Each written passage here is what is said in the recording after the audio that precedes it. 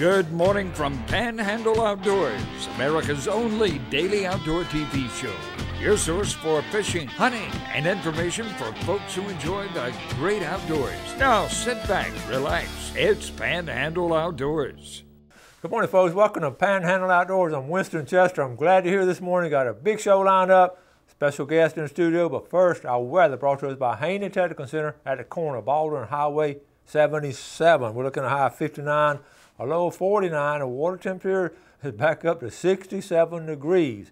Today is December 20th. This is the first day of winter. So all this cold weather you had a while back, that was not winter cold weather. That was fall cold weather. But now the winter equinox is here, so we're looking at today's the shortest day of the year, and we're going to start looking at some longer days now. So this is December 20th. Now, let's take a look at our river readings. The Apalachicola of Bluntstown, believe it or not, it's actually reading a 4.7, and it's level off for today, and it's going to have a slow drop, a very slow drop to it for the next couple of days. The Choctahatchee at Caryville, it's reading a 7.2 level for today, but it's going to start rising. This rain we just had over the weekend and then Monday, it's going to affect the Choctahatchee, so it's really going to start rising tomorrow. So both rivers are going the opposite direction starting tomorrow, okay? Or actually this afternoon is going to be doing it.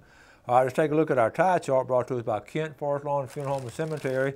Looking at today's chart, we talked about this yesterday. Neap tides, especially the rest of this week. Neap tides all week long. Not a lot of movement right there. We do going to have a strong wind coming out of northeast, about 5 to 10, with this cool air and all. So the whole week will sort of be. It's still damp today. It's going to be a little bit damp the rest of the week, and cool weather, but not unseasonably cool. So it's going to be December weather, what we want. All right, let's take a break, and we'll be back with our guest. Welcome back, and look who's here, Bill Allen. Just wandering off the streets. I just found it. Bill, come let me do a show. Bill's so good about filling in for me, and all year round, done it for years, and every now and then I said, heck, let's me and you just do a show together. Really? That doesn't happen very often anymore. I know. So, we're going to end the year, the last week and all, doing the show together. We've been trying to do it for the last couple of months. Yeah. You feeling better? I am feeling better. I think I'm going to live now. Well, look, I got tickled last 2 weeks ago. Y'all went camping in all this cold weather. Yep. And the only 4 cold days of the year. So. Yeah, and I didn't think y'all were going to go. I called and checked. I said, y'all sure you're going to go? Because first of all, tell the viewers, your background on this river camping trip. Oh, Lord. Your dad started doing it. Yeah, Dad and I went, back when I was in high school, I guess, or maybe a little before. And, back then it was basically just us. And but then as when my boys, started turning 5, that was kind of the cutoff, and then they started going with us. And so, and I had a friend that went with us back then. But, it's just been a tradition that we've continued. We used to try to go the second weekend of squirrel season. That's when Bill and his family always went. Yeah. But it just, as the boy, it just get harder. The boys in college and then working and with families trying to figure it all out. But, now I've got my 2 sons and 2 grandsons. And next year will be the 3rd grandson. Okay. He'll be 5 next year. The family tradition. Quite a crew. It continues. Yeah. So, yeah. But you have no way to predict the weather. No. And we went for years and years and years and never saw any rain. But we've only been rained out and had to leave early twice. But I was sitting at my desk getting ready to go, or getting ready to leave at noon and go pack my stuff the day before. Bill called me. I think it was close to the time that you called me, and he said, "Have you packed yet?" And I said, "No, I'm packing this afternoon." He said, "You better look at the river." I said, "The river's 1.5 feet. I don't need to look at the river." He said, "You need to look at it."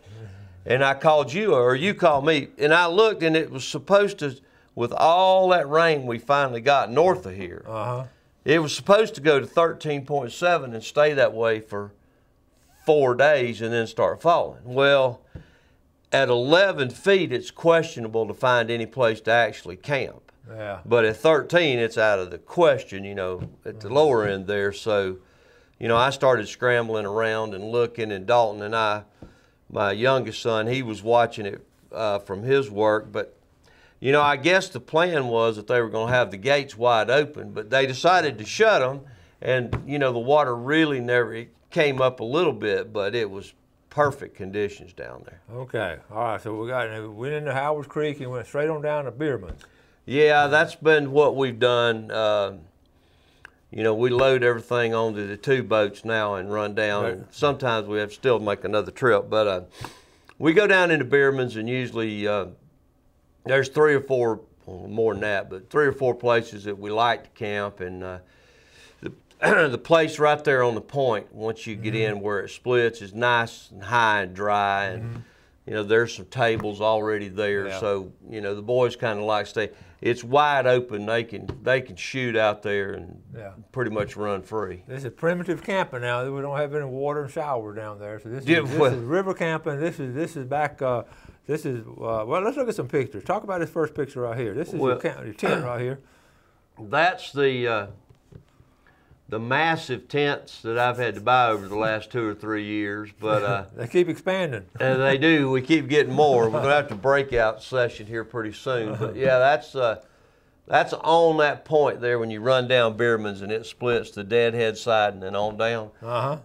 Nice, high and dry, and it's pretty wide open. A lot of people camp there. Yeah, well, what I love about it is so open. I mean, it's just what a natural campsite. Well, that gives the kids, you know, the younger boys. That's my grandson Trace.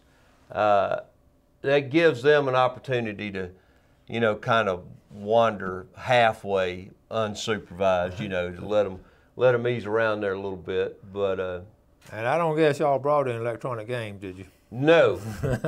There are no iPads, no phones, no anything down there. It's all right, what about this one? Traces. I think that's the first squirrel we killed Thursday afternoon, and the trace was with me. And he ran out, found him on his own, came back, and all right. So let's start them off as squirrel dogs, and then keep moving up to shooting. You know? Okay. That's just Trace by the fire. He got. He's cold. He's got. I'll tell you, those jumpsuits. Yeah. Are lifesavers. Those insulated coveralls, and that's what we used to get my boys when they were that age. And those things are big time, but you know, well, let's talk a minute about those jumpsuits. You all know what I'm talking about. They're you can't go without them in cold weather. Insulated coveralls, they are from top to bottom. Wonderful. When it's, you know, you want them to be comfortable, even though it's cold down there. You don't want to be miserable in the weather. And those things are just invaluable. They got the regular clothes on beneath them, and then put those on. They're great. And that's like the finishing layer, because that reflects your heat back. Your body temperature is 98.6, and it might be 40-something, 30-something degrees outside, but that your body's going, your trunk and torso, which is the important part, staying warm. Yeah, I've learned over the years and hunted and fished in some really cold places that layering is that's the way to go with everything. That's the way to go. Let's take a quick break. We'll come right back.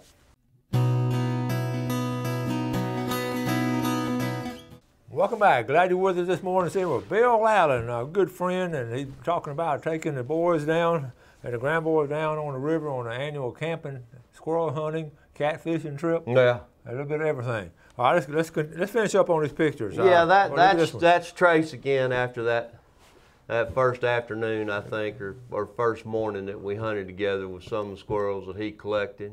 All right. And now that's my older grandson, and Gavin, and that's one of the cats, if you can see it, that we took off. We just ran 12 bush hooks. Yeah.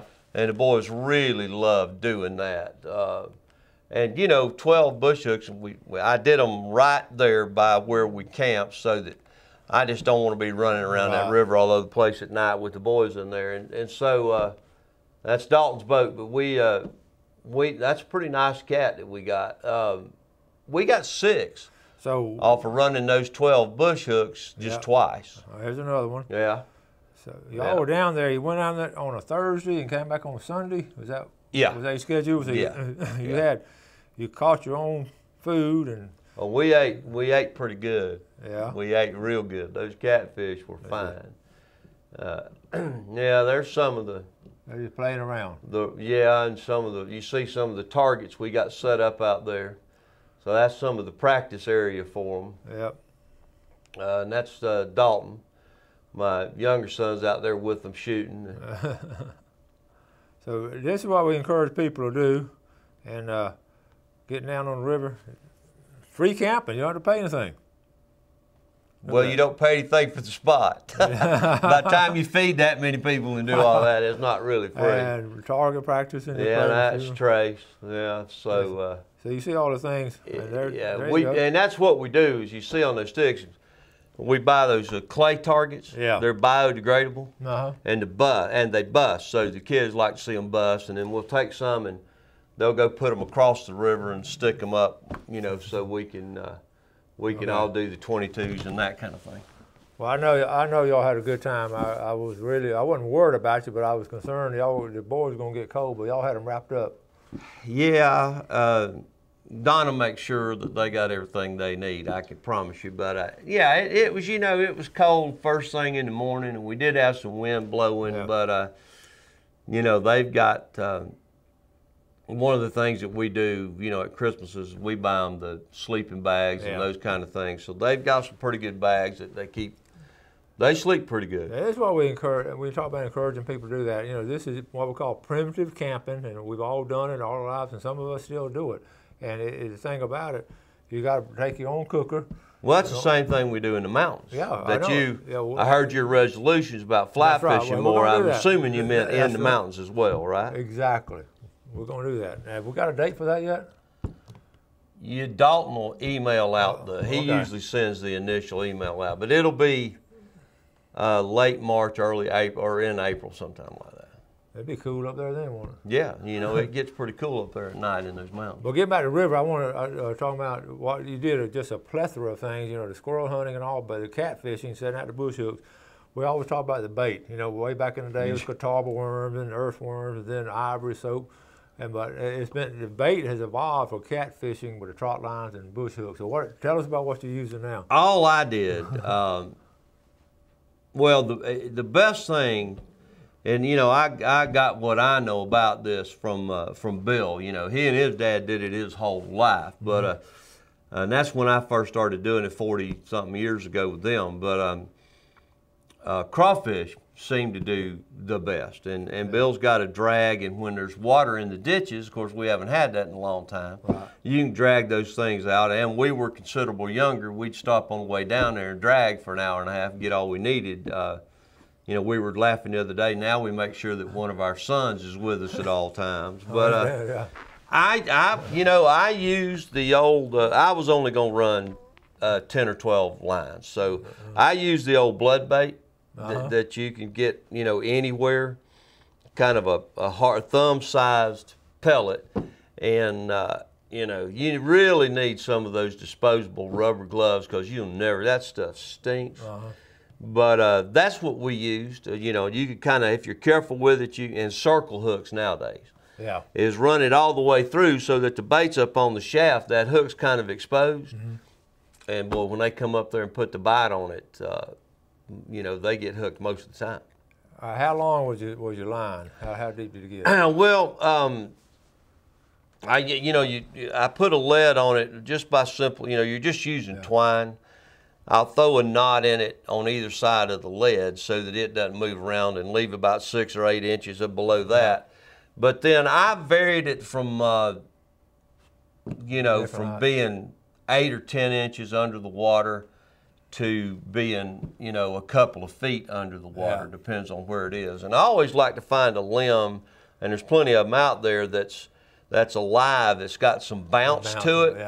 That give helps to set the hook, but it also, keeps from they don't break off as much. And that's one of the most exciting things. If you're checking them, you got that big old light, and you're going down the river, and you got that light on, and you're checking, and then you shine that light on that limb. See that tree shaking, that tree shaking. I remember as a kid, man, your heart starts beating. What's on there? What's on there?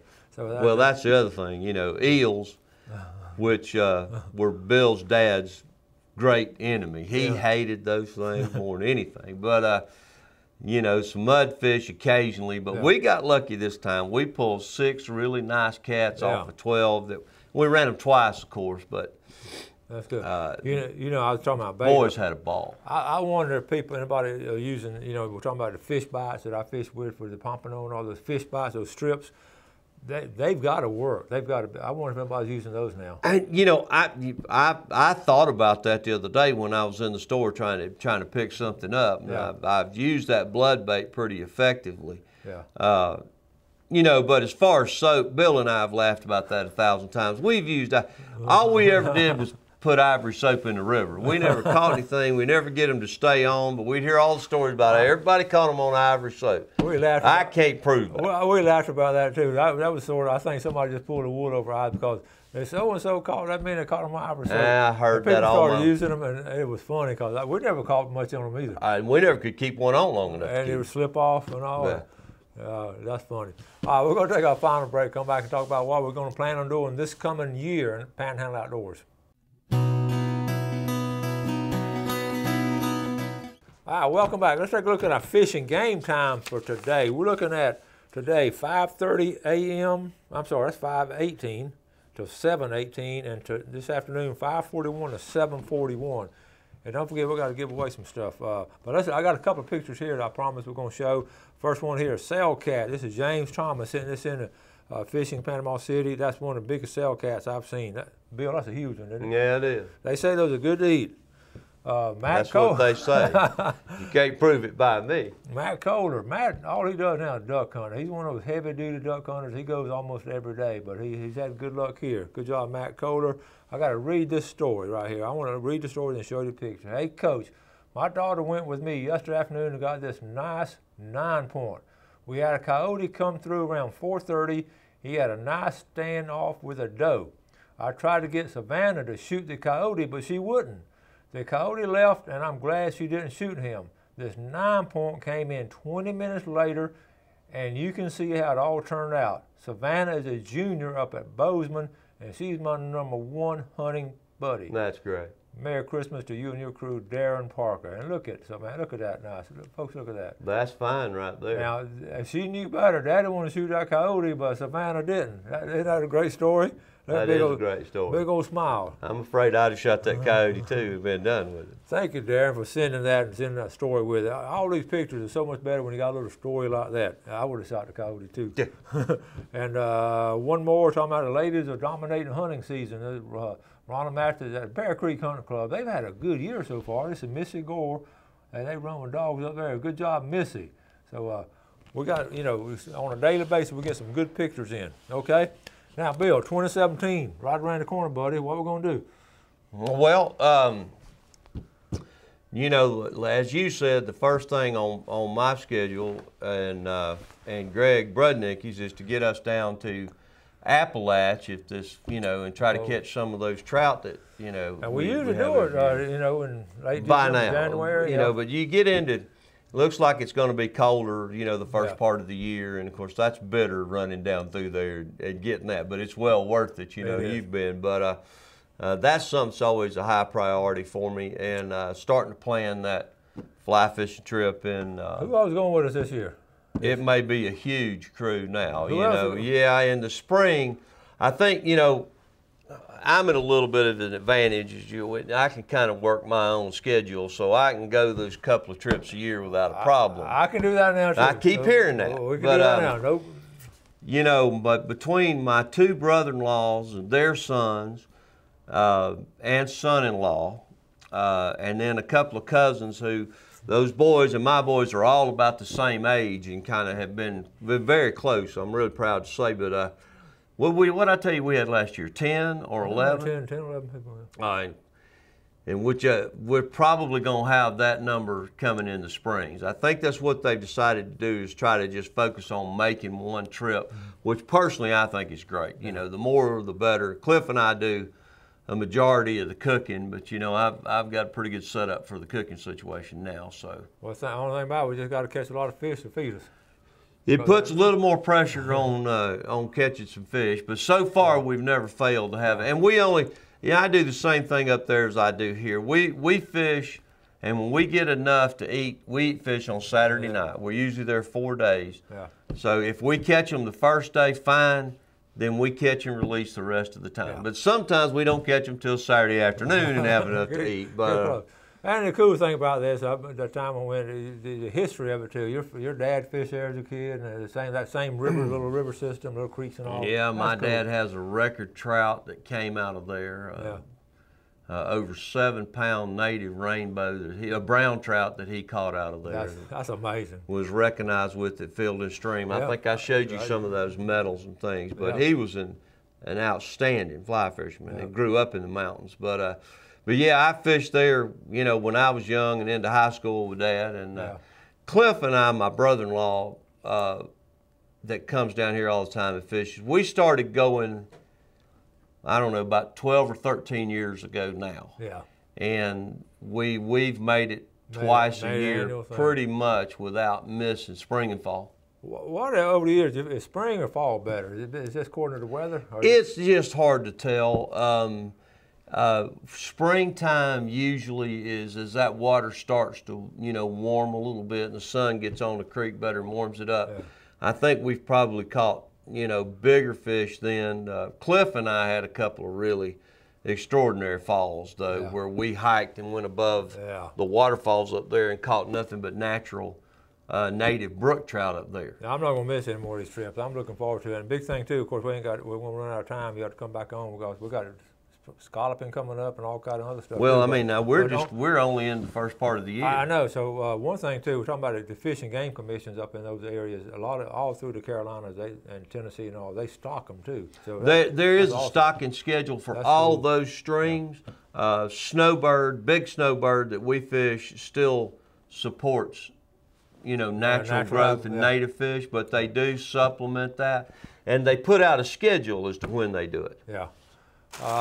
We got to give some stuff away. I'm running out of time. I'm gonna give away this tomorrow. I'm gonna give away 2 things tomorrow to make up for it. We're running out of time. Let's go get some breakfast. Let's do it, man. I'm ready. Thank y'all for watching Panhandle Outdoors. Appreciate the viewership. You do something good for your fellow man, and God bless. God bless. Thanks for watching America's only daily outdoor TV show, Panhandle Outdoors with Winston Chester, featuring hunting, fishing, and other activities and information to help you enjoy the great outdoors. Join us next time for Panhandle Outdoors.